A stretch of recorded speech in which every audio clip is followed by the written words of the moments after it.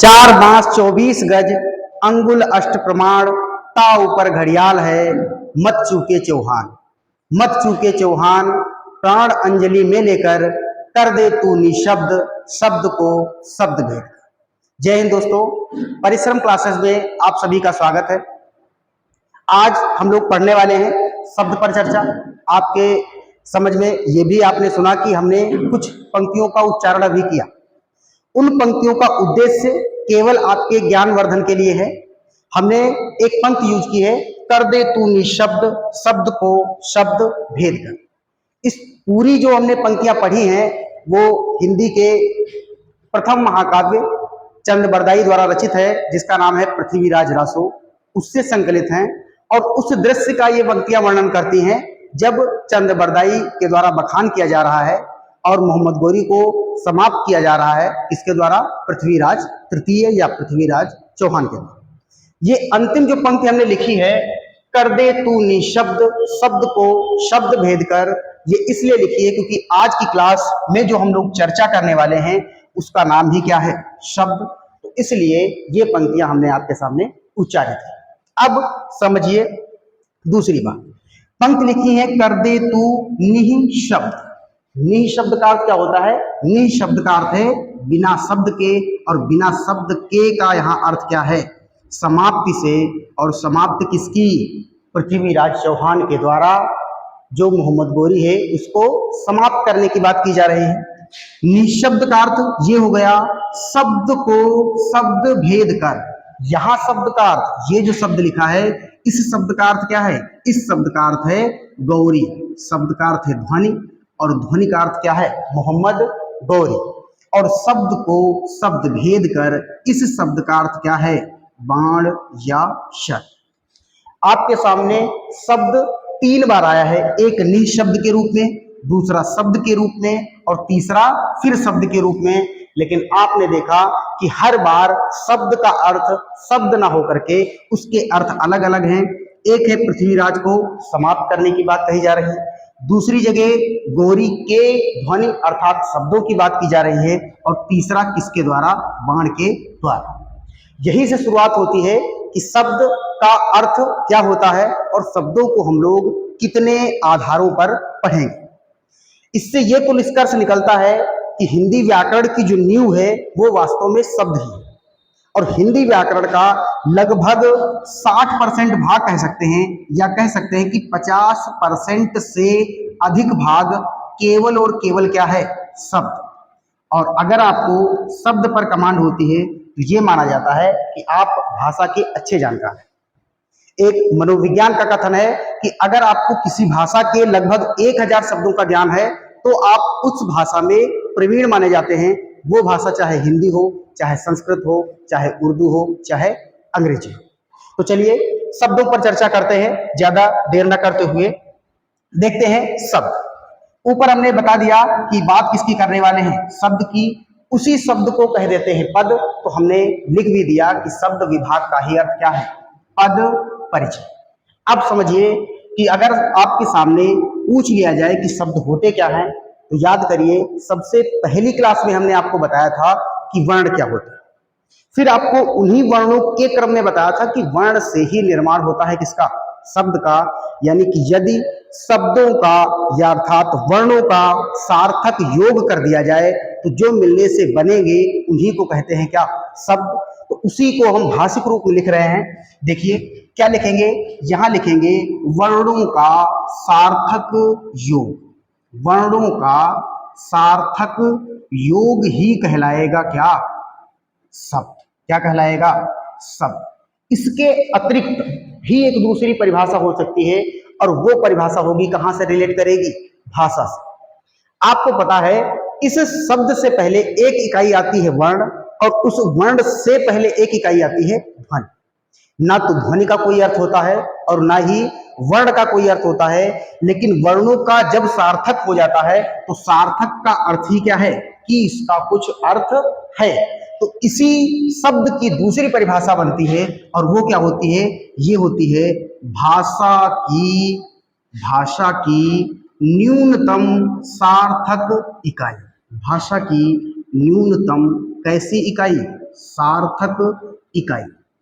ऐसी सबसे छोटी डिजिट या यूनिट या इकाई जिसका कुछ अर्थ है और वो भाषा की हो तो वो क्या है, केवल और केवल शब्द।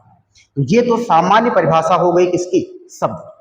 अब फिर आपके मन में आएगा कि आपने ब्रैकेट में लिख दिया है पद परिचय, इसका अर्थ क्या, शब्द और पद एक ही होते। तो उत्तर है हाँ, शब्द ही क्या कहलाते हैं, पद कहलाते हैं। लेकिन वही शब्द पद कब कहलाएगा, जब वो किसी वाक्य में प्रयोग होने की योग्यता प्राप्त कर लेता है। एक बार क्वेश्चन भी पूछा गया है कि यदि शब्द वाक्य में प्रयोग होने की योग्यता प्राप्त कर ले तो कहलाएगा, तो क्या कहलाता है, पद कहलाता है। इसीलिए इसी शब्द को पद कहते हैं, लेकिन कब, जब वह, और यहां वह का अर्थ क्या है, शब्द, जब शब्द वाक्य प्रयोग की योग्यता प्राप्त कर ले, वाक्य प्रयोग की योग्यता प्राप्त कर ले, प्राप्त कर ले, तब वो कहलाता है क्या, पद। तो अब समझिए, इसीलिए आपके सामने लिखा जाता है कि चाहे आप शब्द विभाग पढ़ रहे हो या पद परिचय पढ़ रहे हो, दोनों चीजें एक ही है। फिर बात करते हैं, यहां आपने देखा है कि लिखा है क्या, ट्रिक, लेकिन ये वास्तव में ट्रिक नहीं है। आपको शब्द के प्रकार पढ़ने का एक मेथड है जिसके माध्यम से हम लोग आसानी से याद कर सकते हैं कि शब्दों को कितने आधार पर बांटा गया है।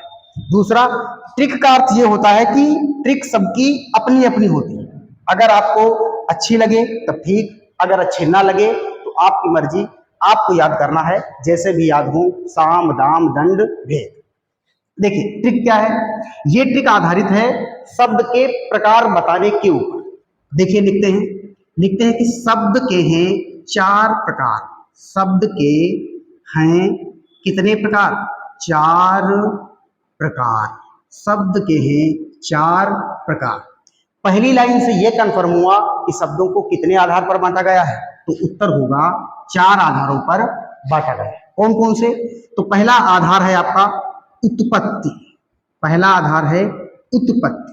दूसरा, यदि उत्पत्ति हो गई है तो उसी से फिर नए शब्द बनेंगे, तो दूसरा आधार है व्युत्पत्ति, यानी उत्पत्ति से जो उत्पत्ति की जाए शब्द की, वो व्युत्पत्ति।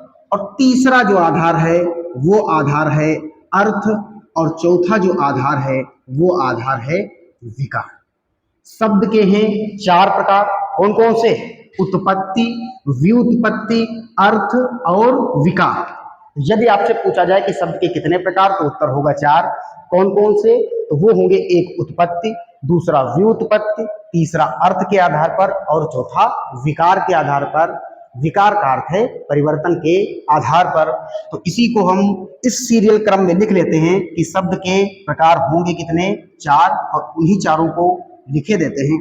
एक है उत्पत्ति, या इसी उत्पत्ति को कह देते हैं मूल, मूल का अर्थ है, और इसी मूल को कह देते हैं स्रोत। यानी अगर आपसे पूछा जाए शब्द के प्रकार कितने, तो एक चाहे उत्पत्ति के आधार पर कह दें, या मूल के आधार पर कह दें, या स्रोत के आधार पर कर दें, तीनों बातें एक ही। दूसरा नाम लिखा है व्युत्पत्ति, दूसरा आधार लिखा है व्युत्पत्ति, और व्युत्पत्ति को ही कहा जाता है प्रयोग का आधार, या इसी को कहा जाता है संरचना का या रचना का आधार। तो प्रयोग या संरचना के आधार पर सब। फिर उसके बाद तीसरा आधार, तो तीसरा लिखा है अर्थ के आधार पर, तीसरा लिख देते हैं अर्थ के आधार पर। तो तीसरा प्रकार हो जाएगा अर्थ का आधार, और एक आधार बचा, और वो आधार क्या होता है, वो आधार है परिवर्तन। तो चौथा लिख देते हैं परिवर्तन या विकार, परिवर्तन या विकार के आधार पर शब्द। तो शब्द के 4 प्रकार, उत्पत्ति मूल या स्रोत के आधार पर, दूसरा व्युत्पत्ति प्रयोग या संरचना के आधार पर, तीसरा अर्थ के आधार पर, और चौथा परिवर्तन या विकार के आधार पर। थोड़ी चर्चा कर लेते हैं यही, उसके बाद गहन चर्चा आगे हम लोग जो शब्द पढ़ेंगे इसी को अलग अलग भागों में विभाजित करके। तब उत्पत्ति या मूल या स्रोत के आधार पर फिर से शब्द जो बांटे गए हैं वो कितने भागों में बांटे गए हैं, 4 भागों में बांटे गए हैं। कौन कौन से हैं आगे आपको बताएंगे, या यही आपको अगर चाहें तो केवल मौखिक रूप में सुन लीजिए कि उत्पत्ति या मूल या स्रोत के आधार पर शब्द होते हैं 4 प्रकार के, तत्सम, तद्भव, देशज, विदेशज। उसके बाद व्युत्पत्ति या प्रयोग या संरचना के आधार पर शब्द होते हैं 3 प्रकार के। कौन कौन से होते हैं? एक होते हैं यौगिक शब्द, एक होते हैं रूढ़ शब्द और एक होते हैं योग रूढ़ शब्द। कितने प्रकार के? 3 प्रकार के। इसके अलावा फिर आते हैं अर्थ के आधार पर शब्द। तो अर्थ के आधार पर आपको जो शब्द बताए जाएंगे वो होंगे 4। कौन कौन से? एकार्थी शब्द, अनेकार्थी शब्द, विपरीतार्थी अर्थात विलोम शब्द और समानार्थी अर्थात पर्यायवाची शब्द। फिर उसके बाद आता है परिवर्तन या विकार के आधार पर शब्द, और इसके आधार पर 2 प्रकार के शब्द होते हैं, एक होते हैं विकारी और दूसरे होते हैं अविकारी। विकारी का अर्थ क्या है? परिवर्तनशील, यानी कि जो शब्द परिवर्तनशील होते हैं वो कहलाएंगे विकारी, और जो शब्द परिवर्तनशील नहीं होते हैं वो कहलाएंगे अविकारी। इसके प्रकार हो जाते हैं कितने? 2। अब हम लोग एक एक शब्द पढ़ेंगे और उसी पर फिर शब्दों पर चर्चा करेंगे और इसी क्रम में आगे बढ़ते चलेंगे। देखिए, दूसरा आपको याद रखना है कि मैंने बता दिया कि भाषा को जानने का सबसे अच्छा तरीका है कि उसके शब्दों पर आपको पकड़ होनी चाहिए, आपको शब्दों का ज्ञान होना चाहिए। इसलिए आप यहीं से शब्दों की गठरी को बांधना चालू कर दीजिए और उस भार को धीरे धीरे बढ़ाते रहिए। एक दिन ऐसा आएगा जब आपको भाषा पर या शब्दों पर कमांड होगी। देखिए, फिर हमने कहा कि अब हम लोग पढ़ेंगे पहला आधार, और पहला आधार है उत्पत्ति, स्रोत या मूल आधार पर शब्द। इससे पहले स्लाइड में हमने बताया कि इसके प्रकार हैं कितने? 4। उत्पत्ति का अर्थ क्या है? वो शब्द जो बिल्कुल मूल से खोजे गए हो, उससे पहले कोई शब्द नहीं था, यानी वो शब्द बिल्कुल बन करके जो शब्द का निर्माण हुआ, वो जो शब्द होते हैं वो कहलाएंगे मूल या स्रोत। स्रोत का अर्थ क्या है? खोज या उत्पत्ति के आधार पर शब्द। कितने प्रकार के?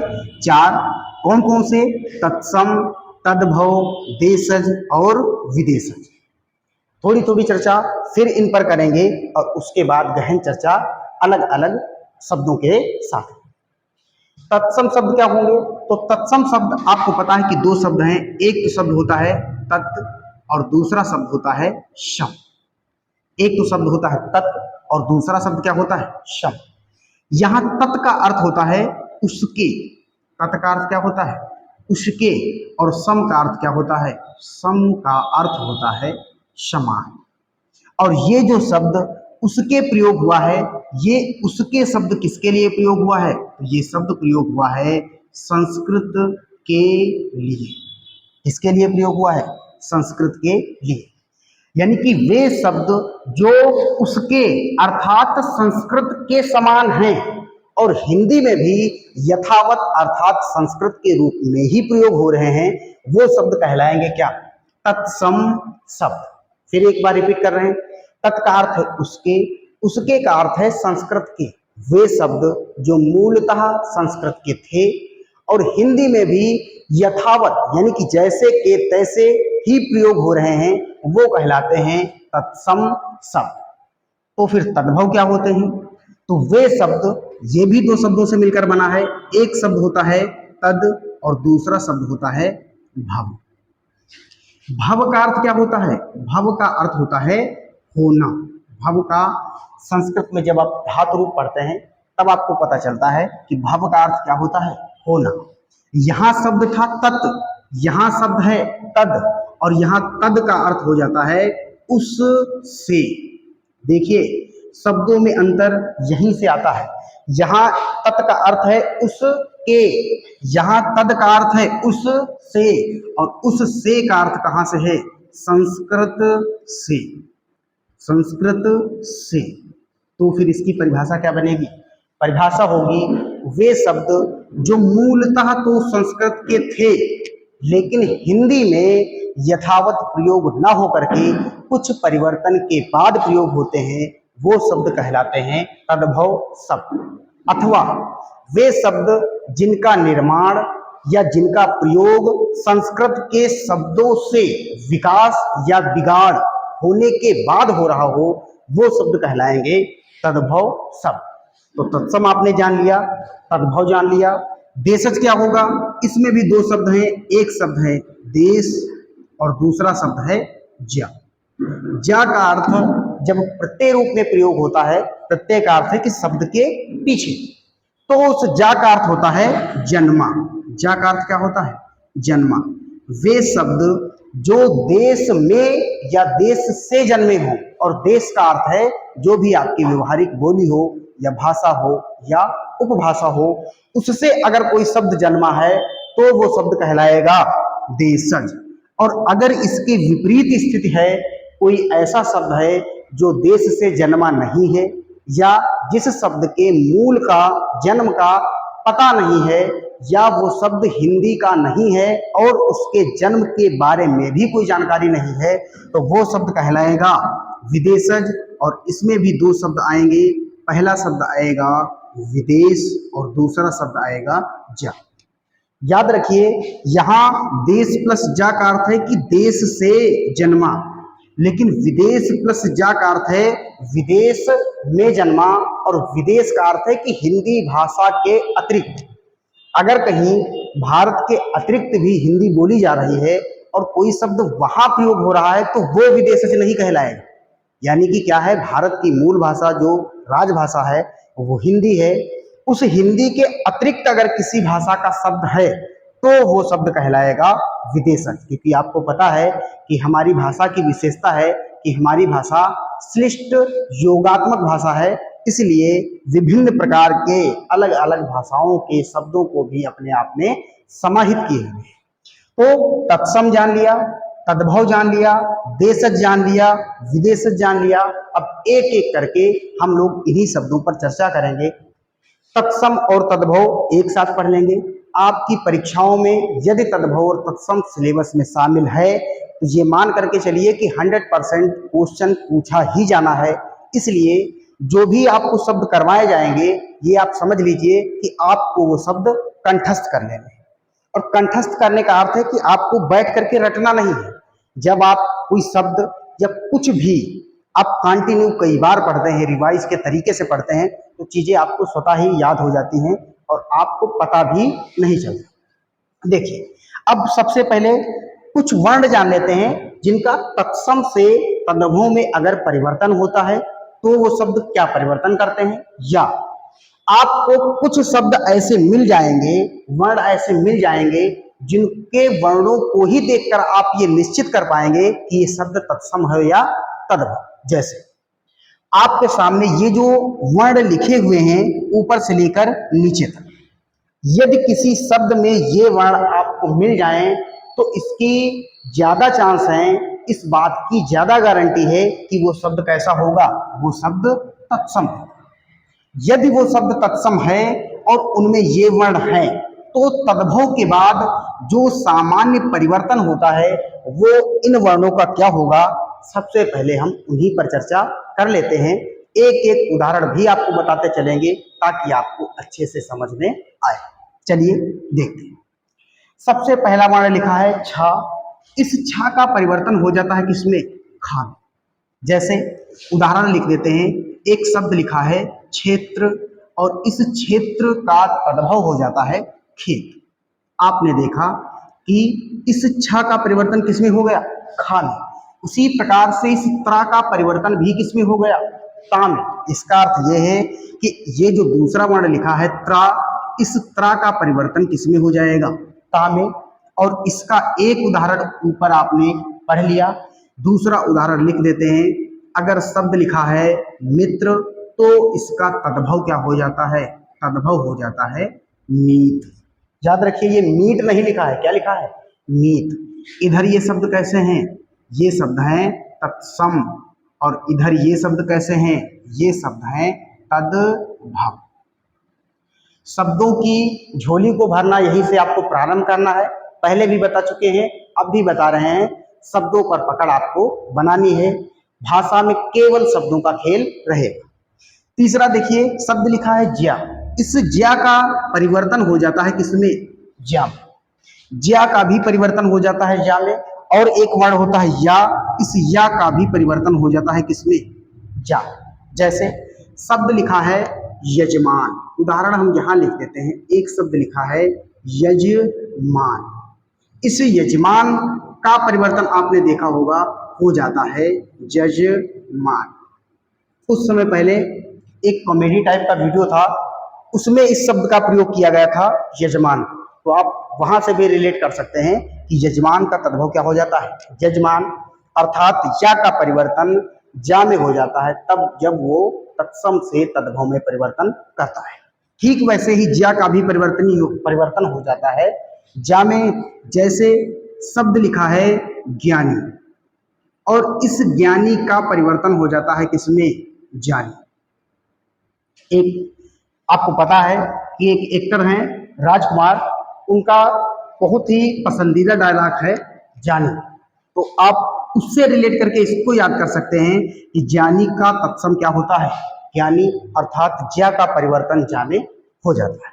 वैसे ही चाहे तालव्य सा हो, चाहे स्रा हो, चाहे मूर्धन्य सा हो, और चाहे ये श्र हो, चाहे ये श्रा हो, इन सब का परिवर्तन हो जाता है दंती सा। किसमें? दंती सा। जैसे अगर शब्द लिखा है श्रृंगार, शब्द क्या लिखा है? श्रृंगार, तो इस श्रृंगार का परिवर्तन किसमें हो जाता है? शब्द का परिवर्तन हो जाता है श्रृंगार में। किसमें हो जाता है? श्रृंगार में। तो श्रा का परिवर्तन किसमें हो गया? सा में हो गया।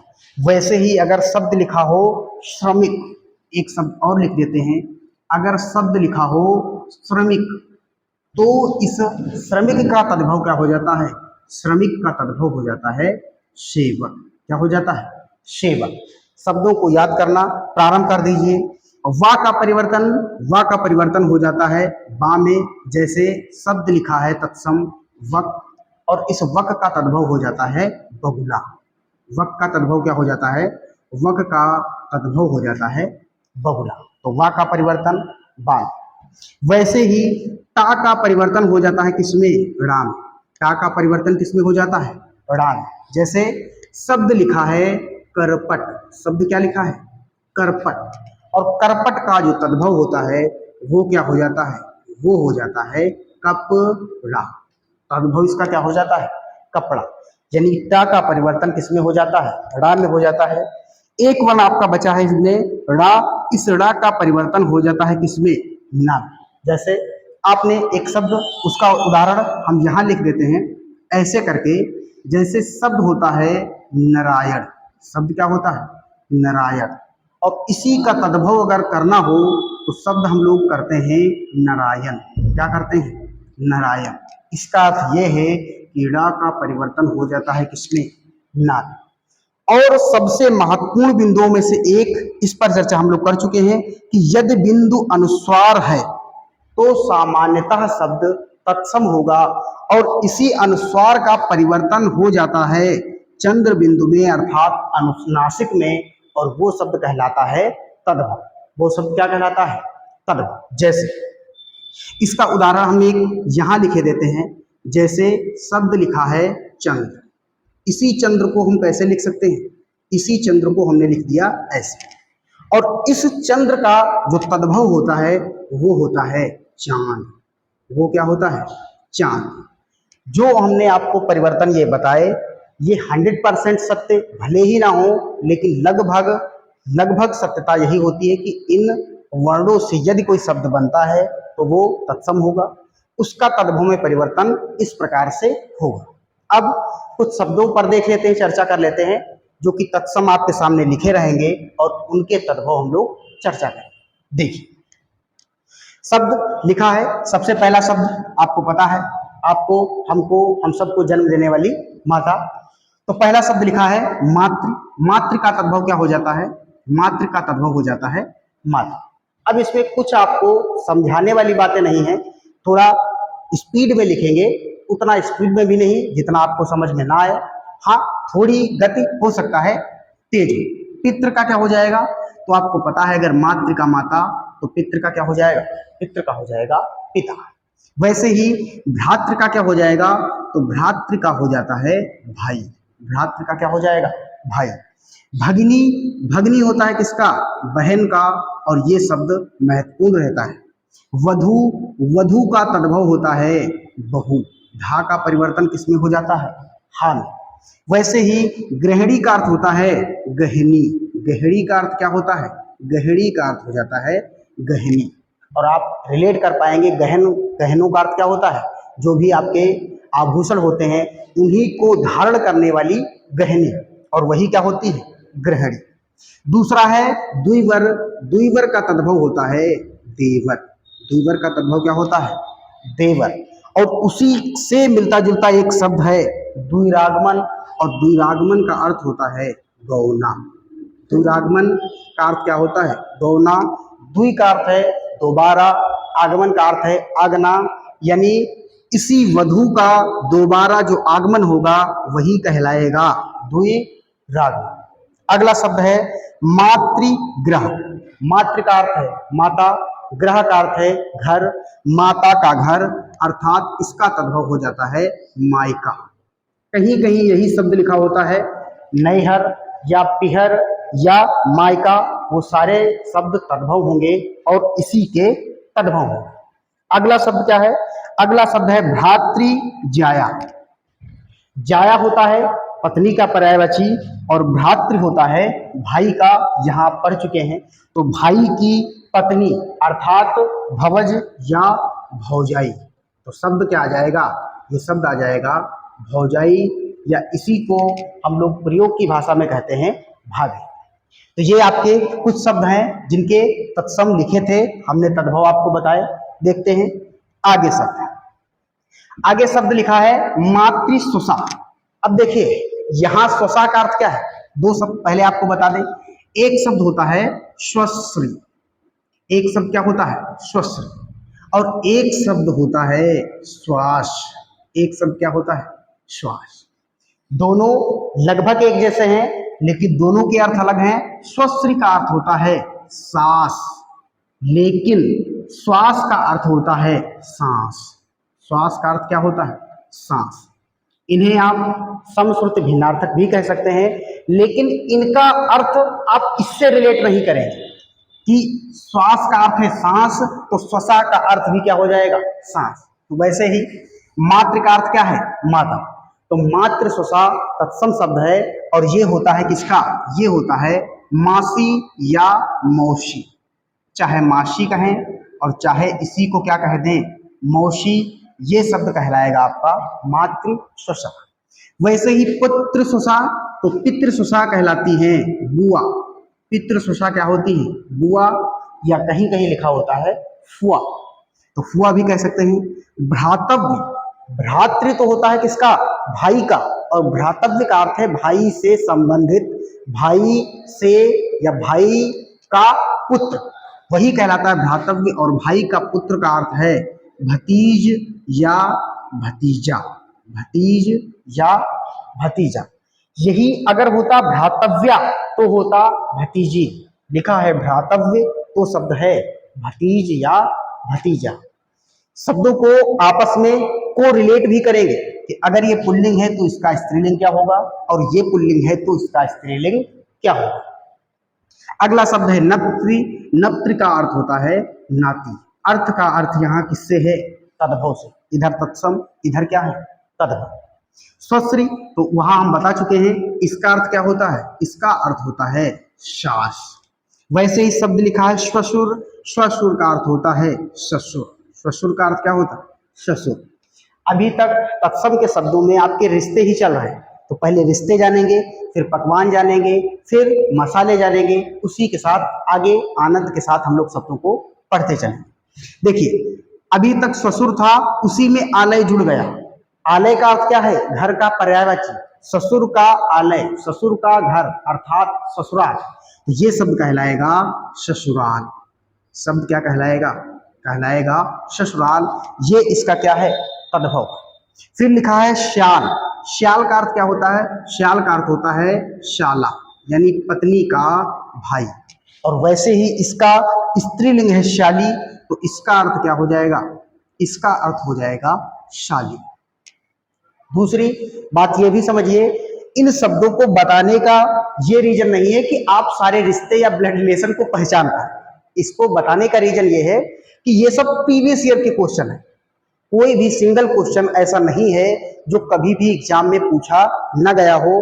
बस मैंने क्या किया है, उन्हीं शब्दों को इधर उधर से उठा करके एक साथ अरेंज कर दिया है, क्योंकि फिर वही लाइनों के साथ आपको दोहराना चाहेंगे कि अंदाजे बयां हर चीज को नया कर देती है, वरना इस जमाने में कोई बात नई बात नहीं। तो मैंने केवल उन्हीं शब्दों को एक संक्षिप्तीकृत एक नए तरीके से आपके समक्ष प्रस्तुत किया है। बाकी शब्द ये सभी पूछे गए हैं, तो मैं केवल रिश्तों पर ही आपसे बात नहीं कर रहा हूं, आपसे बात करनी है तद्भव और तत्सम।